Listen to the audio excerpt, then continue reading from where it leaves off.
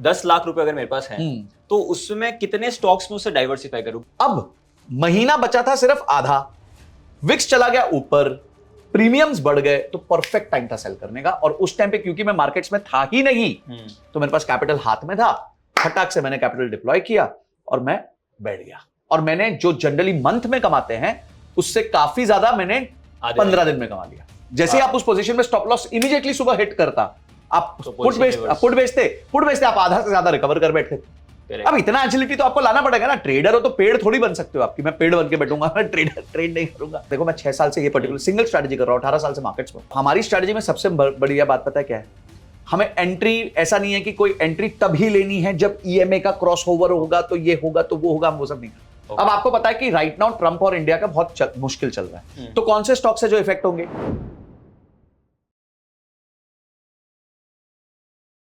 Sir, हमने आपके साथ बहुत सारी बार ऑप्शंस के ऊपर बात करी है। आपकी जो ऑप्शन सेलिंग की स्ट्रैटेजी है, आप हर बार एक प्रॉफिटेबिलिटी के साथ ही आते हो हमारे साथ। तो लेकिन बहुत सारे लोगों ने वो स्ट्रैटेजी सीखी भी है, उनका फायदा भी हुआ है, लेकिन अभी भी बहुत सारे यूजर्स हैं जिनके मन में बहुत सारे सवाल है। ठीक है, तो मैं वो थोड़ा एक एक करके लूंगा आपसे, ओके, एंड हम उसको डिस्कस करेंगे। तो एक तो सबसे बड़ा सवाल यही आता है कि कितने कैपिटल से शुरू करें अगर किसी कोई अपना ऑप्शन सेलिंग जर्नी स्टार्ट ही कर रहा है। देखिए, अगर आप बिल्कुल ही स्टार्ट कर रहे हो तो मैं कहूंगा कि छोटे कैपिटल से 1 से 2 लाख के बीच में से स्टार्ट करिए। अगर इससे छोटा कैपिटल है आपके पास 30-40 हजार है तो प्लीज स्ट्रैटेजी में मत आइए। रादर मैं कहूंगा किसी भी स्ट्रैटेजी में मत आइए। Try to get started into trading only when you have 1 lakh 2 lakh rupees. ठीक है, उसके बाद ही आप आइए। और यहां पे भी मैं कहूंगा कि 1 से 2 लाख होगा तो एटलीस्ट आप 2 स्टॉक में तो पोजीशन बना पाओगे ना। नहीं तो सर सेलिंग के लिए भी 2 लाख इनफ है? मतलब देखिए, इनफ तो नहीं है, आपको मजा नहीं आएगा क्योंकि अगर आपकी स्ट्रैटेजी में आपको 2% भी रिटर्न बना 2 लाख पे तो आपको ऐसा लगेगा मैं 4,000 रुपए बना रहा हूं। But please look at it this way कि अगर आप 2% रिटर्न बनाना सीख गए तो वो कैपिटल कल को 2 लाख होगा या 20 लाख होगा, 2 करोड़ होगा। ठीक है, वो बढ़ सकता है। बट आपका रिटर्न बनाने का कैपेसिटी जो है, वो पूरा माइंडसेट जो क्रिएट करना है, सिस्टम को फॉलो करना है, सिस्टम को अप्लाई करना है, वो सब आप छोटे कैपिटल पे सीख ले। तो मतलब इट्स लाइक आपके पास घर में मर्सिडीज खड़ी है तो आप सोचते हो कि यार मैं काम करता हूं, मैं छोटी गाड़ी है, मारुति है, मेरे पास कोई वो पुरानी ऑल्टो है या फिर सैंट्रो है, मैं उस पर सीख लेता हूं क्योंकि सीखना है पहले मेरे को, बाद में मैं अपनी बड़ी गाड़ी लेके चलूंगा क्योंकि उसको खरोच भी लग गई तो बहुत प्रॉब्लम हो जाएगी। काफी सही एग्जांपल दिया आपने। और सर एक ये सबसे बड़ा सवाल आता है कि एक 10 लाख रुपए अगर मेरे पास है तो उसमें कितने स्टॉक्स में उसे डाइवर्सिफाई करूं? क्योंकि आपके पास का आपका जो कैपिटल है वो काफी बड़ा है एक नॉर्मल रिटेलर से। तो एक रिटेलर कैसे स्टार्ट करे, कितने स्टॉक्स से अपना ये सेलिंग स्टार्ट करें? देखो, मेरा मानना यह है कि आपको अपनी टोटल कैपिटल, अगर आपका 10 लाख से ऊपर का कैपिटल है तो 10 लाख का कैपिटल पकड़ लेते हैं। 10 लाख है या 10 लाख से ऊपर है, मतलब 10 लाख के आसपास है, तो आई बिलीव आपको 20 to 25% एक पोजीशन में डालना चाहिए। ओके, ठीक है, तो यानी कि आप 4 से 5 स्टॉक में अगर करोगे तो बढ़िया। अब इसका मैं लॉजिक समझाता हूं। ओके, तो समझते हैं, आपने समझिए 5 पोजीशंस ली, 1 2 3 4 एंड 5। ओके, ठीक है, पहली पोजीशन में आपने +3% कर लिया। ओके, दूसरी पोजीशन में आपने +2% कर लिया। ठीक है, तीसरी पोजीशन में आपने +2% कर लिया पूरे महीने में। अब 4th और 5th पोजीशन में आपको हो गया लॉस। ओके, ठीक है, और आपने लॉस को कैप किया हुआ है 4% पे कि मैं 4% से ज्यादा का लॉस नहीं लूंगा, तो दोनों जगह आपका स्टॉप लॉस हिट हो गया। ठीक है, ठीक है, हम ये मानते हैं सब में आपने इक्वल एलोकेशन किया था। 20% आपने इसमें डाला है, 20 इसमें, 20 इसमें, 20 इसमें, 20 इसमें, जो भी आपका कैपिटल है। 20 का 3% अगर हम जोड़े तो ये 0.6% होता है, ये 0.4 होता है, ये 0.4 होता है, ये -0.8 होता है और ये -0.8 होता है। ठीक है, अब आपका टोटल रिटर्न कितना हो गया? ये हो गया 1%, 1.4% और ये 1.6% माइनस हो गया, तो आप -0.2 पे बाहर निकले।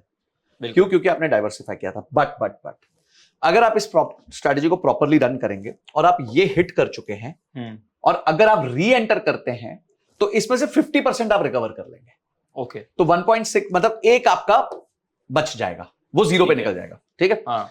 तो अब कितना हो गया? 0.6, 1, 1.4 और -0.8, तो भी आप 0.6% प्रॉफिट में निकलेंगे। एटलीस्ट आप प्रॉफिटेबल होकर निकलेंगे, आपका विकेट नहीं जाएगा। ठीक है, अब यही अगर आपने 100% पैसा इधर इन दोनों में डाल दिया होता तो आपका टोटल ही 8% का लॉस होता। अगर आप फाइनल रिकवर भी कर लेते तो 4% के लॉस से बाहर निकलते। अब आप सोचिए 0.6% प्रॉफिट वर्सेस 4% लॉस, ये आपका गैप हो जाता है। ओके, तो जब आप कैपिटल डिप्लॉय करते हैं, क्योंकि हम अपनी तरफ से सब कुछ देख रहे हैं, हम देख रहे हैं इवेंट नहीं होना चाहिए, ये नहीं होना चाहिए, वो नहीं होना चाहिए, but at the end of the day markets are markets. Correct भाई, हमारे को याद है अभी पीछे मारुति में लोग कर रहे थे बैठे हैं आराम से, सब कुछ देख के बैठे हैं, अचानक से न्यूज आ गई कि जीएसटी 28 से 18% हो जाएगा, तो मारुति भाग गया 6-7%, तो आपका स्टॉप लॉस लगना लाजमी है। But nobody could have predicted this. आप सोचो कि मैं प्रिडिक्ट कर सकता था, ऐसा कुछ नहीं हो सकता, तो आप अपनी पोजीशन को काट देते हो, लॉस स्टॉप लॉस बुक करते हो। उस टाइम पे आप उसमें पुट बेच देते, जैसे ही आप उस पोजीशन में स्टॉप लॉस इमीडिएटली सुबह हिट करता, आप पुट बेचते आप आधा से ज्यादा रिकवर कर बैठते थे। अब इतना एजिलिटी तो आपको लाना पड़ेगा ना, ट्रेडर हो तो पेड़ थोड़ी बन सकते हो आपकी, मैं पेड़ बन के बैठूंगा, मैं ट्रेड नहीं करूंगा, थोड़ा तो एजिलिटी आपको लानी पड़ेगी बेसिकली, ठीक है। तो आपको जब भी आप 10 लाख हो या कोई भी कैपिटल हो, तो मिनिमम 4 से 5 पोजीशन स्टॉक्स आपके पास होने चाहिए, और आइडियली अलग अलग सेक्टर के होंगे तो ज्यादा अच्छा है। करेक्ट। और सर इसी से मेरा अगला सवाल भी आता है कि बहुत सारे लोगों को स्टॉक सिलेक्शन में सबसे बड़ी दिक्कत आती है, एंड आप वो कैसे करते हैं पर्टिकुलरली? देखिए, वैसे तो हम एक टूल यूज करते हैं उसके लिए, okay. ठीक है, उसका नाम AI ट्रेड लैब है, बट वो हम अपने बेसिकली जो हमारा क्या कहते हैं मेंटरशिप प्रोग्राम है, उसमें हम फ्री ऑफ कॉस्ट देते हैं। okay. उसमें क्या होता है कि वो पूरा एक AI ड्रिवन प्लेटफॉर्म है, जिसमें आपका पूरा इंफॉर्मेशन जो है फेच होता है, लाइव इंफॉर्मेशन फेच होता है, उसके बेसिस पे आता है। देखिए, live information of the market या मेरा portfolio of particular that stock, of stock. हाँ, तो उसमें क्या होता है कि हमने उसकी कलर कोडिंग करी हुई है कि कौन से स्टॉक पे आप क्या कर सकते हैं। तो देखिए, हम क्या करते हैं, बेसिकली आपको सबसे पहली चीज देखनी है, कि कोई ग्लोबल बहुत बड़ा इवेंट तो नहीं आ रहा। करेक्ट, ठीक है, कोई ये जनरली बहुत प्रिडिक्टेबल नहीं होता है, हाँ. तो ग्लोबली आपको दिख रही होगी यार वॉर होने वाली है अचानक से, जैसे पीछे पाकिस्तान ने इंडिया पे जब अटैक किया, फिर इंडिया ने पाकिस्तान पे अटैक किया, तो आपको पता है कि वॉर होने वाली है, मोटा मोटी अंदेशा आ रहा है, आपको दिख रहा है आर्मी गर्म हो रही है, नेवी गर्म हो रही है, तो why do you want to take a position at that time? No action required. Okay, तो ग्लोबल हेडविंड हो तो कुछ नहीं करना चाहिए आपको। करेक्ट, ठीक है। बट बहुत सारे लोगों को ये सवाल आएगा कि जैसे 2025 हमने जैसा ऐसा एक साल देखा जहां पे ग्लोबल इवेंट्स बहुत ज्यादा एक्टिव थे, कहीं ना कहीं वॉर कुछ ना कुछ चली रही थी अक्रॉस द ईयर, और कुछ ना कुछ वोलेटिलिटी थी जो ट्रम्प ने बचे हुए टाइम में दे दिया हमें। तो वैसे टाइम पे कैसे कोई आदमी परफेक्ट। देखिए क्या होता है, कुछ चीजों को आप हैंडल नहीं कर सकते, मतलब फैक्टर नहीं कर सकते। ट्रम्प ने आके आज शाम को क्या बोला, इसको मैं हैंडल नहीं कर सकता, इसको मेरे को हैंडल करना पड़ता है अपने कैपिटल एलोकेशन से और अपने स्टॉप लॉस से। अब आपको पता है कि राइट नाउ ट्रम्प और इंडिया का बहुत मुश्किल चल रहा है, तो कौन से स्टॉक्स है जो इफेक्ट होंगे? सबसे ज्यादा टेक्नोलॉजी इफेक्ट होगा, या फिर फार्मा इफेक्ट होगा, तो आप उनमें मत ट्रेड लो, get rid of them. Consumption पे ट्रेड ले लो, ओके, ठीक है, ऑटो पे ट्रेड ले लो, जिसका कोई लेना देना ही नहीं है यूएस से, मेजर लेना देना नहीं है, ठीक है। तो आप बेसिकली थोड़ा बहुत सेंस आपने लगा लिया।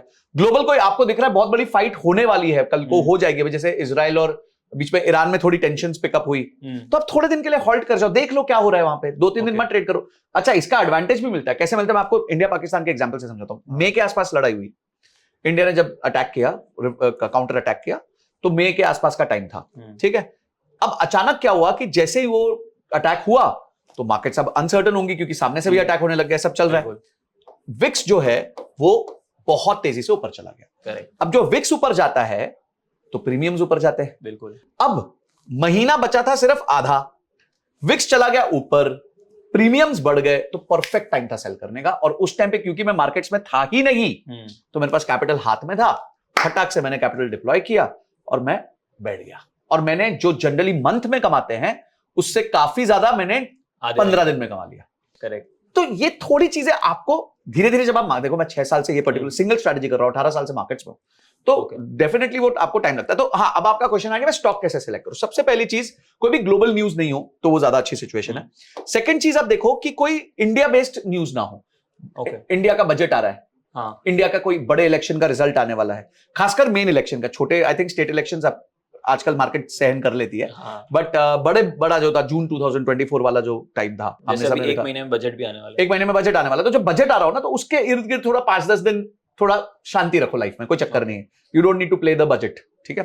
तो आपने क्या किया, इंडिया लेवल पे कोई इवेंट है तो उसको फैक्टर कर लिया। थर्ड, आप फैक्टर करिए कंपनी लेवल पे कोई इवेंट है, ठीक है।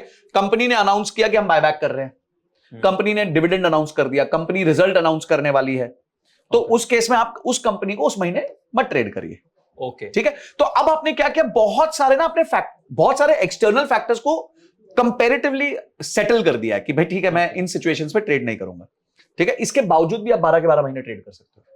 हाँ, क्योंकि सर वही क्वार्टरली आएगा, बट अगर आपके पास 15 कंपनी का वो है, पोर्टफोलियो है, तो क्या होगा कि समझो एक क्वार्टर खत्म हुआ मार्च में, तो कुछ कंपनीज का रिजल्ट आएगा अप्रैल में, कुछ का आएगा मई में, क्योंकि 45 दिन में रिजल्ट देना होता है, तो कुछ कंपनी अप्रैल में रिजल्ट दे देंगी, कुछ मई में दे देंगी। अच्छा, मैं ये नहीं कह रहा कि रिजल्ट जो महीना, फॉर एग्जांपल रिलायंस का रिजल्ट अप्रैल में आने वाला 10 तारीख, तो 10 तारीख तक मत ट्रेड करो, रिजल्ट आ जाएगा उसके बाद ट्रेड कर लो। हाँ, तो बचे हुए 20 दिन, बचे हुए 20 दिन में ट्रेड कर लो। करेक्ट। आपको जाके वहीं खड़े होना है कि नहीं मैं उसी टाइम मरूंगा आके तो मत करो ट्रेड उस टाइम पे। सही बात, ठीक है। हमने ना हमारी स्ट्रेटजी को बैक टेस्ट किया तो देखा कि रिलायंस का 75% टाइम पिछले 6-7 साल में, 6 से 7 साल के बीच में 75% टाइम हमें प्रॉफिट बना है हमारे वो -10 +10 में। बट जो 25% टाइम हमें प्रॉफिट नहीं बना, उसमें से भी 50% टाइम ऐसा था जब उसका रिजल्ट बन था। ओके, तो यानी अगर मैं रिजल्ट वन से बाहर हो जाता तो मेरा विनिंग प्रोबेबिलिटी 88% हो जाता। करेक्ट। अब सोचो यार 88% अच्छा है कि नहीं, मुझे कमेंट सेक्शन में जरूर बताना। बट सर अगर ये लोग भी, जो लोग इंटरेस्टेड है ऑप्शन सेलिंग में, वो सीखना चाहे तो वो कैसे कर सकते तो हैं? हमारा बहुत ब्रिलियंट यार कोर्स है और बहुत ही लो कॉस्ट कोर्स है। आज तक 50,000 के आसपास स्टूडेंट्स उसको अटेंड कर चुके हैं, उससे कंसिस्टेंटली अपने लिए पैसिव इनकम बना रहे हैं। नाम ही passive income from option selling. भाई उसको आप अवेल कर सकते हो, हम लिंक डिस्क्रिप्शन में दे देते हैं, फटाफट जाइए और उसको देखिए। बिल्कुल डन। अब वापस आते हैं, तो हमने यहां तक ले आए गाड़ी को, ठीक है। अब ये क्लियर हो गया, अब कंपनी के अंदर चलना है। कंपनी के अंदर बेसिकली हम क्या देखते हैं, हम DSRD देखते हैं। हमारी स्ट्रैटेजी जो है, इवॉल्व स्ट्रैटेजी जो है, उसका नाम है DSRD। D stands for direction. Okay. हम RSI इंडिकेटर्स यूज करते हैं और ये सारा हमने ऑटोमेट किया हुआ है। ओके। हाँ, ये हमने सारा ऑटोमेट किया, स्टूडेंट को कुछ नहीं करना है, वो ऑटोमेशन के टूल पे दिख जाएगा उसको इवेंट्स भी दिख जाएगा, ग्रीन डॉट रेड डॉट किया हुआ है कि अगर ग्रीन डॉट है तो इवेंट है, रेड डॉट है तो कोई इवेंट नहीं है, ऐसे सब हमने किया हुआ है। ठीक है। तो डायरेक्शन पहले आइडेंटिफाई करते हैं कि ब्रॉडली देखो, हमारी स्ट्रेटजी में सबसे बढ़िया बात पता है क्या है, हमें एंट्री ऐसा नहीं है कि कोई एंट्री तभी लेनी है जब EMA का क्रॉस ओवर होगा तो ये होगा तो वो होगा, हम वो सब नहीं करते। ओके। तो हमारा ब्रॉड डायरेक्शन हम चेक करते हैं। क्यों? क्योंकि हमारी महीने भर की स्ट्रेटजी है। क्यों? क्योंकि जब हम कॉल या पुट बेचते हैं तो हम 8-8, 10-10% दूर बेचते हैं। ओके। तो we want to be not exactly right, we want to be broadly right. अगर हम ब्रॉडली भी राइट हो जाएंगे, हम पैसा बना लेते हैं। तो हम डायरेक्शन आइडेंटिफाई करते हैं, जिसके लिए हम RSI का टूल यूज करते हैं। हमारे रूल्स है RSI के, जिसके बेसिस पे हम स्टॉक सिलेक्ट करते हैं। फिर हम उसका सपोर्ट और रेजिस्टेंस मार्क करते हैं, जिसे हम रमेश सुरेश कहते हैं। Ramesh is for resistance, Suresh is for support. Okay, ठीक है। तो काफी इंटरेस्टिंग। हाँ, तो रमेश सुरेश उसका मार्क कर लेते हैं। रमेश सुरेश हमारे को ब्रॉडली सेंस दे देता है कि ये किस चैनल में चल रहा है स्टॉक। ओके। ठीक है।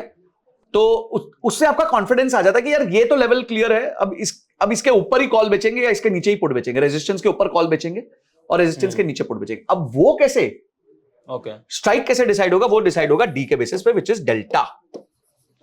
तो हम डेल्टास यूज करते हैं, आपको पता होगा ऑप्शंस में डेल्टा होता है। तो ऑप्शन में हम डेल्टा यूज करते हैं कि इस डेल्टा को हम बेचेंगे। तो अगर हमें दिख रहा है कि डायरेक्शन, हमें ऐसा लग रहा है कि डायरेक्शन इसकी पॉजिटिव है ब्रॉडली, तो हम क्या करेंगे, हम कॉल नहीं बेचेंगे, हम सिर्फ पुट बेचेंगे। ओके। पुट बेचेंगे और पीछे पुट खरीद भी लेंगे, तो हम उस पोजीशन को हेज कर लेंगे। बिल्कुल। ठीक है। तो इसको इस तरीके से देखते हैं। कोई स्टॉक है फॉर एग्जांपल अभी ऐसे ऐसे चल रहा है, ठीक है, ऐसे ऐसे चल रहा है और इस टाइम पे इसका स्टॉक का प्राइस चल रहा है 1000। ओके। ठीक है जी। और इसका जो रेजिस्टेंस है वो है लेट्स से 1060 पे। ठीक है। और इसका सपोर्ट जो है वो हमें दिख रहा है 950 पे। ओके। तो हमें समझ आ गया ब्रॉडली ये इसका कॉन्स्ट्रक्ट है। और हमारे को ये समझ आ रहा है कि इस टाइम पे इसका ट्रेंड थोड़ा सा हल्का सा पॉजिटिव चल रहा है। तो अब हम क्या करेंगे, हम कॉल नहीं बेचेंगे, हम इसके नीचे का पुट बेच देंगे। ठीक है। सो फॉर एग्जांपल जो भी हमारा डेल्टा रूल है वो बताता है कि 930 का पुट बेच दो, तो हम 930 का पुट सेल कर देंगे। ठीक है। इससे मुझे प्रीमियम मिल जाएगा। ठीक है। और मैं क्या करूंगा, नीचे के लेवल पे 880 के आसपास का पुट बाय कर लूंगा। ठीक है। तो 850 का पुट, 880 का पुट मैंने बाय कर लिया। अब इससे क्या हुआ, ये पोजीशन हो गई लॉक। बिल्कुल। मेरा लॉस हो गया, एग्जैक्टली मुझे पता है कि मैक्सिमम लॉस क्या होगा, और वो मैक्सिमम लॉस तब होगा जब ये स्टॉक 0 पे जाएगा, जिसके चांसेस होते ही नहीं है। ठीक है। अब रिलायंस 0 पे जाएगा क्या, आप मुझे बताओ। नहीं। इन्फोसिस 0 पे जाएगा क्या, TCS 0 पे जाएगा क्या, मारुति 0 पे जाएगा क्या, नहीं जाएगा। हाँ, हो सकता है वो थोड़ा इससे नीचे आ सकता है, बिल्कुल आ सकता है। वी आर नॉट गॉड्स, भगवान थोड़ी हम। तो आपने क्या किया, इस पोजीशन को लॉक कर दिया। इसके ना 2-3 फायदे हैं। सबसे पहला आपका फायदा, आपकी पोजीशन हो गई हेज्ड। अब रात को आप आराम से सो, कल को मार्केट 10% भी गिरी तो आप मरोगे नहीं। हाँ। ठीक है। नहीं तो कुछ लोग क्या होता है, नेकेड पोजीशन पे सोते हैं तो प्रॉब्लम हो जाती है। तो ये हो गया सबसे पहला पोजीशन। सेकंड हो गया, आपका कैपिटल ना बहुत कम लगता है। यहां पे आप हो सकता है 50,000 रुपए के कैपिटल से भी स्टार्ट कर पाओ एक लॉट। क्यों? क्योंकि जैसे आप पुट बेचते हो और पुट खरीद लेते हो तो एक्सचेंज को भी पता है आपका मैक्सिमम लॉस कितना है, तो उस हिसाब से वो मार्जिन रखता है। बिल्कुल। ठीक है जी। तो ये ऐसी सिचुएशन में क्या हम उधर पोजीशन बढ़ा दें हमारी, क्योंकि हमारा कैपिटल कम लग रहा है? कर सकते हैं, आपका कन्विक्शन है। आपका कन्विक्शन है। तो अगर आपको लगता है कि मेरे पास 2 लाख रुपए हैं और ऐसी एक पोजीशन है और एक पोजीशन और बना लेता हूं, तो मैं पूरा 2 लाख रुपए डिप्लॉय कर दूंगा, ठीक है, कोई प्रॉब्लम नहीं। सी गेम इज आरओआई, आरओआई का गेम है ना। आपको तो ये देखना है आपको 2%, 3%, 2%, 3% के आसपास बन रहा है कि नहीं बन रहा है। बिल्कुल, ठीक है। तो यहां आपने हेज कर दिया, तो आपका हेज भी हो गया, आपका कैपिटल रिक्वायरमेंट भी कम हो गया, और थर्ड आपका प्रोबेबिलिटी इंप्रूव हो गया। क्यों? क्योंकि आपको पता है ब्रॉड डायरेक्शन ऊपर की है। अब अगर आप ही की ब्रॉड डायरेक्शन के हिसाब से 1-2 दिन भी स्टॉक ऊपर चला गया तो इतना भारी डिके लग जाएगा कि मैंने देखा है जनरली कभी-कभी 70 to 80% ऑफ आवर प्रॉफिट हम एक हफ्ते में रिकॉग्नाइज कर लेते हैं। अभी इस बार क्या हुआ, मेरे स्टूडेंट्स ने सबने, अभी मेरा कल ही सेशन था, कल संडे था, तो मेरे सारे स्टूडेंट्स ने बैठ के मुझे बोला कि सर एक प्रॉब्लम हो गई इस महीने। मतलब क्या प्रॉब्लम हुई? बोला सर हमने ना सारा प्रॉफिट पहले 15 दिन में ही बना लिया। मतलब फिर काफी अच्छी प्रॉब्लम है। हाँ, तो बोलते सर फिर क्या करें, आगे की पोजीशन कैसे लें? अब वो हमारे रूल्स के हिसाब से हमारे को ठीक पोजीशन नहीं मिल रही। मतलब छुट्टी बनाओ। बोला सर पर हाथ में चुल है, मतलब वही चुल जो है आपको नुकसान देती है। आपने अपना पैसा बना लिया, खुश हो, टाइम मिल रहा है, परिवार के साथ जाओ, घूमो फिरो, मस्ती करो यार, दिसंबर का महीना है। तो पॉइंट क्या है कि यहां पे कभी कभी क्या होता है, आपके पोजीशन में पूरा प्रॉफिट आपका 10-15 दिन के अंदर ही बुक हो जाता है, मतलब 80 to 90% प्रॉफिट। अब वो लास्ट का 10% के लिए यू डोंट चेज, फिर आप छोड़ देते हो। अगर आपका टोटल प्रॉफिट 20,000 होना है और 16-18-19 हजार का प्रॉफिट हो चुका है, बोला ठीक है यार खत्म कर, 18-19 हजार अंदर करते हैं, ये 1,000-2,000 के लिए रुकते नहीं है। Correct. So this is how you have to play the market. You have to identify the mood of the market, mood of the world, mood of the market, mood of the stock, results of the stock, या कोई उसका event आ रहा है कि नहीं आ रहा है। DSRD हम यूज करते हैं, which is direction, support, resistance and delta. ये 3 आइडेंटिफाई करके हम बताते हैं कि हमें क्या करना है, और डेल्टा के हिसाब से हम पोजीशन को लेते हैं। That's it. और उसके बाद बैठे रहते हैं भैंस की तरह पूरा महीना। Correct sir. ये काफी इंटरेस्टिंग कॉन्सेप्ट है सर। बट एक और, आपने जब बीच में विक्स की बात करी थी, तो उससे मेरा एक और सवाल आता है, एक्चुअली यूजर का ही सवाल है, कि ऐसे कौन से एग्जैक्टली स्ट्राइक का प्रीमियम हमें बेचना है? मतलब काफी बार ऐसा होता है प्रीमियम बहुत लो भी हो जाते हैं, जैसे आपको डेल्टा के बेसिस पे बेचना है। ओके, तो क्या डेल्टा मेरे हिसाब से आपको 10 के आसपास की रेंज, 0.1 के आसपास की रेंज का होना चाहिए। ओके, तो ये तो फार ओटीएम ही होता है। हाँ, फार ओटीएम है। तो आप हम तो फार ओटीएम का ही गेम खेल रहे हैं। अच्छा देखिए, मैं जानता हूं कि लोगों को ना कभी कभी बहुत खराब लगता है, क्योंकि कभी विक्स कम होता है तो आपको 1.2%, 1.3% मिल रहा है। अरे भाई आप बात समझो, बात ये समझो कि 100 लोगों में से 93 लोग तो प्रॉफिट बना ही नहीं रहे हैं। बिल्कुल। एटलीस्ट उन 7% में आना तो चालू करो। और आप ये समझो कि अगर आप कंसिस्टेंटली 1.2% 12 महीने बनाते हो ना, तो वो 14.4% का रिटर्न बन जाता है विदाउट कंपाउंडिंग। बिल्कुल। तो 14.4% का रिटर्न अगर आपको ऑप्शन से बन रहा है, तो मेरे को लगता है इंडिया के टॉप 0.1% ट्रेडर्स में आ जाओगे। 0.1 भी नहीं, मेरे हिसाब से टॉप 0.01% ट्रेडर्स में आ जाओगे, अगर आप इस तरह के आरओआई निकाल पाओगे। दूसरा, हम प्लेजिंग भी सिखाते हैं। प्लेजिंग जब आप सीखते हो तो आपका जो कैपिटल होता है वो आपको ETF के बेसिस पे मिल जाता है, तो उसमें आपको अलग से 8 से 9% तक का रिटर्न बन सकता है। तो प्लेजिंग प्लस अगर आपने ये निकाल लिया तो आप 22-23% के रिटर्न पे होगे साल के, which I think is very good. And you will get months where we will make 2%, you will make 3%, there will be months which you will lose 2%. तो अगर आपने 13-14% का रिटर्न बना लिया तो आप तो क्या हो, सोचो, खुद ही सोचो। करेक्ट। ओके सर, ये काफी इंटरेस्टिंग कॉन्सेप्ट था, एंड आई होप आप सभी को भी ये कॉन्सेप्ट बहुत ही इंटरेस्टिंग लगा हो। अगर आपको इंटरेस्टिंग लगा है और ऑप्शन सेलिंग का ये आर्ट सीखना है जहां पे आप पैसिव इनकम खुद के लिए जनरेट कर सकते हो, तो ये कोर्स का लिंक हमने डिस्क्रिप्शन में दिया हुआ है, आप वहां जाके खुद को एनरोल कर सकते हैं। और ऐसे ही इंटरेस्टिंग वीडियोस के लिए इस चैनल को सब्सक्राइब करके रखिए और इस वीडियो को लाइक कर दीजिए। तो मिलते हैं अगले वीडियो में।